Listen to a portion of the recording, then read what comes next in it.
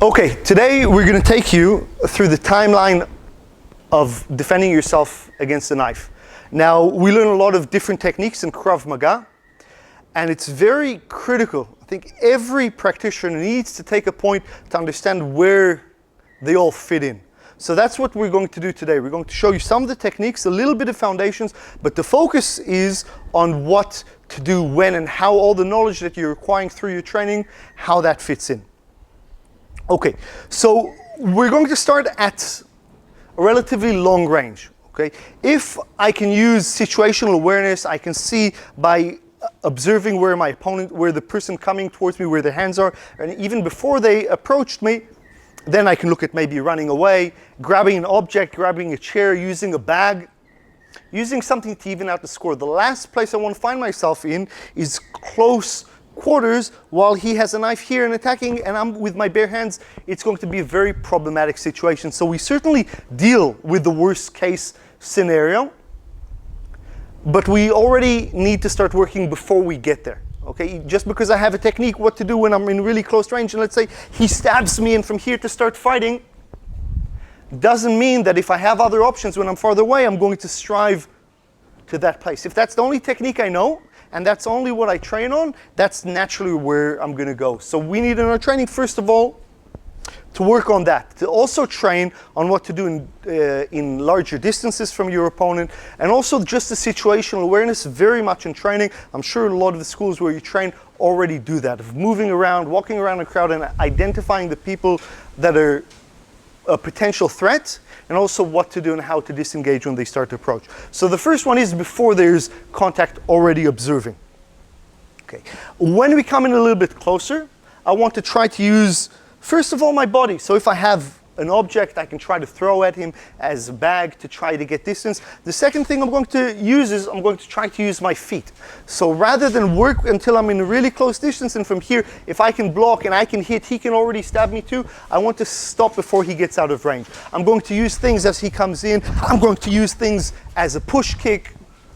Maybe if I've got flexibility, and it's not so much about flexibility, but it's about balance and the timing and the place. Maybe I can try an up kick towards the chin, or even in these cases, maybe I can try to move off the line of the attack to distance myself, and then I can side kick towards the knees. I open up different options. So that's, let's say, the second scenario. The first one is get away. The second one is use your feet to try to create separation. Okay. Now we're going into the range where that's not possible. It's about this. We're still not within striking range yet. I still can't hit him. He can't stab at me, but it's not a range. If I'm going to try to kick here and he's going to try to lift the knife and stab, he's going to win that situation.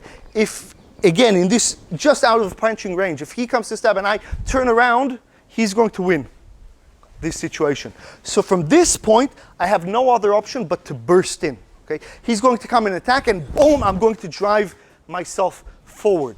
Okay. It's critical I drive myself forward because he's coming in, and if I just stand my ground, he's going to drive me backwards. Okay. And it's very likely, first of all, it's a very difficult position to defend yourself against, and in real situations, we see again and again through CCTV footage and things that we've reviewed with our soldiers that people end up on the ground from this. It's like a football match. If he's running forward with his full weight and I'm just standing my ground, he's going to send me backwards. Okay. So the initial thing, if I can, when I see him coming forward, I'm going to drive forward too. Okay. And that's where we go into our first block. Okay. So 360 block, it's one of the first things you learn in Krav Maga. I bring my hand up and I want to block wrist to wrist, 90-degree bend in the elbow. I prevent from going straight so that the hand doesn't slide down and cut me on the way down. And I want to keep my fingers open so that the muscle, so it's flexed. It's more of a strike forward than an actual static block. Because if it's a static block and he's coming forcefully, he's going to win that one. Okay? So I've got my body moving forward, and the hand, while it's a 90-degree angle, I like to think of it, it is a block, but I like to think of it as a strike, boom, as well, where I'm striking into his wrist. Okay? So that's step one. In this sort of range, I want to drive in forward. Okay.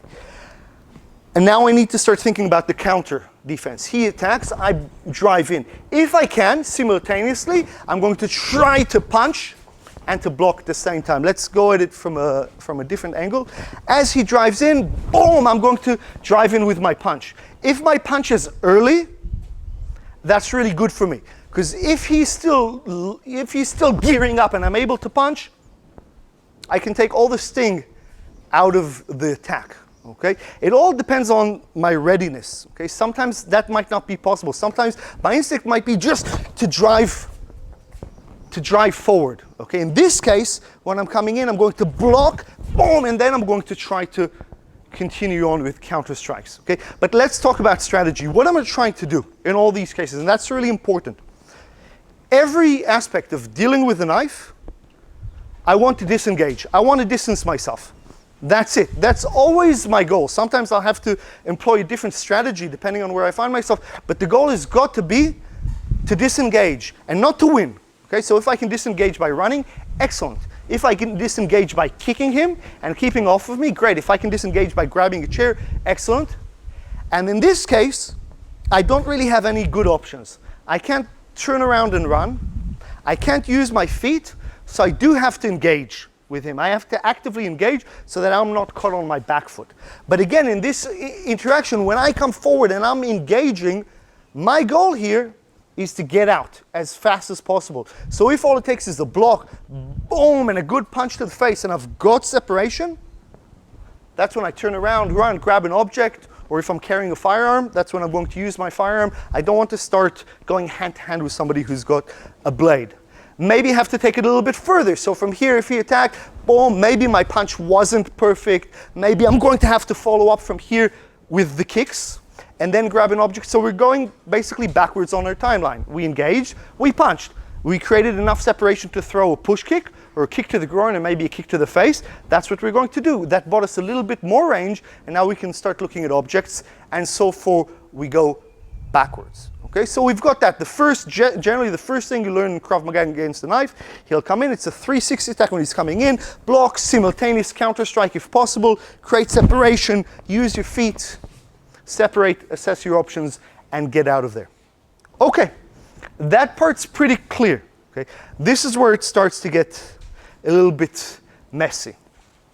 Okay, we're going to skip a step, and then we're going to come back to it, and you'll understand why in a second. Okay, we're going to go from this side. Okay, now we're going to go into really close range. Okay, where I've got the opponent right in front of me. Maybe he's grabbing me. He's got a hand on. He's grabbing my shirt. He's grabbing me from the back of the head, or for any reason I can't get away. Or it doesn't even have to be that. Maybe we're just that close. Now what changes is my defense is the same defense.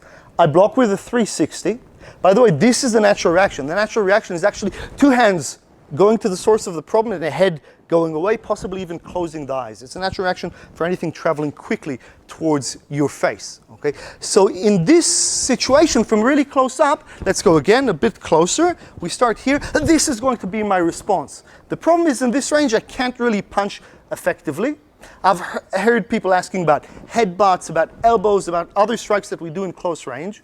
The problem is that from here, if the knife is here, if I bring my head towards here, anything I'm going to do, an elbow, it's going to take my knife, it's going to take my block and my defense, it's going to weaken it and take it away from the knife, meaning that he's going to come back with multiple attacks. Because the assumption is he's not just going to stab once and stops, he's going to stab multiple times, so I need to have a good block here. Now very quickly he's going to change his strategy. He's not dumb.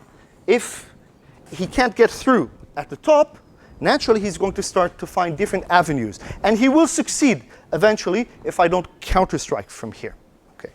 Or if at least I don't take control of the situation. So we said from here, I don't really have any good options for strikes. Punching is not that good, headbutting is not that good, elbows aren't that good. Even knees from here, I want both feet on the ground and it's going to weaken my hold.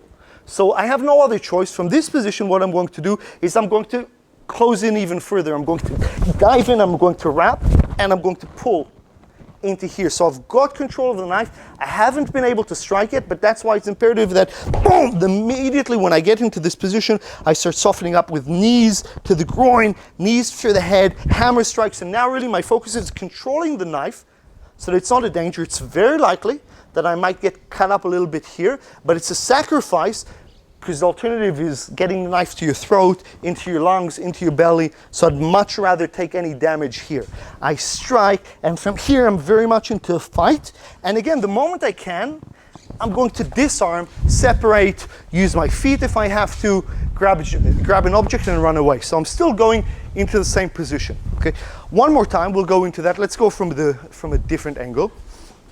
Okay, so we start this one, not in that, again, our natural instinct, also as Krav Maga instructors, we've been doing it for a long time, and even students, we naturally like to fight from this range. Okay, why? Because it's a natural instinct, right? That's kind of where we can see each other, where we fight, and that's okay. But we're taking this, it's very important that we don't train ourselves to do the technique that we want to do and force it on the situation, right? So we're actually going to force the situation on ourselves, so we have no other choice. We have to do the technique that the situation calls for. So we start this one really close up, and from here he's going to stab, and this is going to be my block. It's going to come up quickly.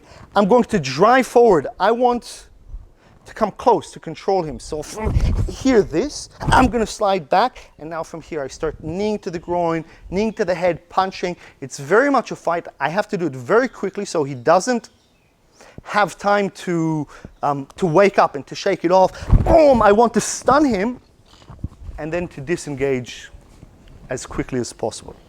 Okay, this works, by the way, the same thing. If he's got a hand on me and from here he's stabbing, I can block. I have to deal with this hand somehow, because this hand stops me from coming in. Okay, I have a technique, there are various ways that we can do it depending on the positioning of his hand, but the basic one is I block here and I'm going to use this hand to slide up, and I'm going to drive and I'm going to control. One hand controls the neck, let's come here, and the other hand controls the arm. I grab in, I push, and now from here I can transition. I take this hand from the neck and I simply switch sides, and I use that to push his head. I want to control the knife here close to the wrist as opposed to here, because from here he can also wriggle out, and if the knife comes to the front, whoop, I've got a problem. It's not something that I can't deal with, but why have a problem on top of a problem? So if I'm here, I'm going to use that, I'm going to push, I can do it aggressively with a palm strike, and I'm going to slide down, create separation, boom, and from here start working on him. Okay, now the final technique that you may have taught is to go in from the attack in order to control. Okay, so we're back, let's go one more time to this side. So we're back at a medium range, let's say, at a range where we were in chest to chest, I had to explode and to block.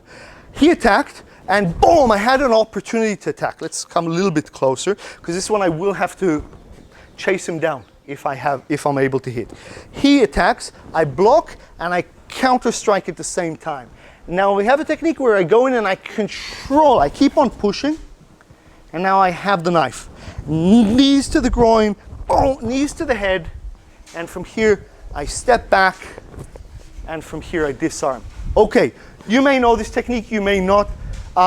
Full disclosure, it's not my favorite technique in Krav Maga, but it certainly has a place, okay? So we said I want to disengage, okay? From this position, if I was able to block, and I was able to counter strike and punch, I've probably got my separation. Tactically, I should be starting to separate. Why wouldn't I do that? Well, maybe I've got civilians around, maybe I've got my children around me, maybe I'm in a confined space, I'm in a bus, or I'm in a restaurant or a room where I can't get that distance. So in that situation, I'll have no choice, and I'll have to stick onto my opponent. He's going to attack, I'm going to block, I'm going to punch, and as he starts to move around, I'm not going to let him, I'm going to stick onto him, I'm going to get control of the hand, knees, boom, keep on striking, and then from here, I separate, and I'm going to disarm. It's a challenging technique, and the danger is I'm going through the death zone, what I call in Krav Maga. And this is the important point why we're separating. This is the death zone. This is every weapon has an effective range. This is the best range for the knife. From here on, can get the most power. He can strike, he can be very effective, and he can make a mess out of me. And it's going to be very hard for me at this range. Any control I'm going to try to exert against the knife, two hands control. From here, he's going to be relatively easy to break. I have different ways that I can play around with this, but they all carry a various amount of risk, and risk here means me bleeding out and dying. Okay, so obviously I'm going to try to avoid that. So this is the death zone. Maybe that's where he starts from. Okay, but my whole goal is to get out of there. This is where he wants to be. Okay. So in the death zone, he attacks. Boom! I attack. I strike. I've opened it up. This is a better place for me.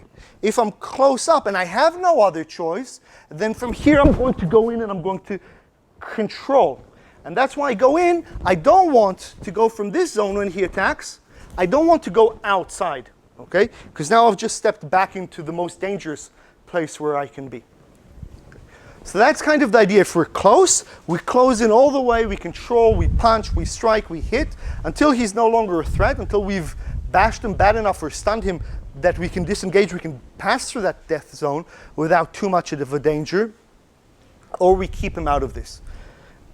And again, back to that technique where I close in. This is the technique by definition, I choose to go through the death zone, and you got to have a really good reason to do that, like maybe your kids are there with you and you can't run away, you can't leave this person because he's going to stab other people. So as he stabs, I'm going to block, I punch, and I'm going to stay in. I'm going to basically walk through the death zone, and from here I'm working inside it. I'm punching. It has a risk. And if I choose to go there, I need to be ready that at any point, if he shakes me off and if he disengages, I push out. I get out of there because I can't, the moment things don't go my way, I simply can't stay in here, okay? So to recap very quickly, we have a few different techniques, but really it's a concept, okay? The defense is the same defense. The moment the stab is within range, I'm going to block. I'm going to block with a 360 defense. It doesn't matter. What changes is my counter strikes, whether I choose to punch and to separate, or whether I choose to go in to sort of grappling solution or to control in order to stabilize, in order to attack, and then to be able to disengage. Okay, so the block is the same thing, and what's going to change, what really drives, and this is what I want you to take home, what really drives the engagement is not necessarily the technique that I'm good at, that I want to do, but it's this game of the danger zone. And a good way to train on this is I give my partner a rubber knife so he can really go at it. I make sure either I get head protection, so because these things can still take out eyes, or I do it relatively controlled, depends on the level of the practitioners, and I make sure that he's attacking towards my body and not towards my face and my eyes. And we have a bit of a game where he's trying to maintain the danger zone, and he's maintaining to stab, and I'm trying to either keep him out of there by pushing, by kicking, or trying to close in the range and hanging on to him. I don't want to be in this middle, and of course his goal is to control that. Another step up is then in that drill, depending on the level of myself and my training partners, we can start introducing control. So now I can let on, creating a realistic situation. I can say, okay, you can grab onto me. You can grab onto my head. You can grab onto the shirt. If we really want to get complicated, he can start to grab onto the hands. And that's when we go up to higher level stuff, where from here maybe, and this is a very realistic tactic, maybe I'm standing, maybe he's going to grab this hand and he's going to stab in with this one. And that creates problems of its own, but the fundamentals are the same. They don't change.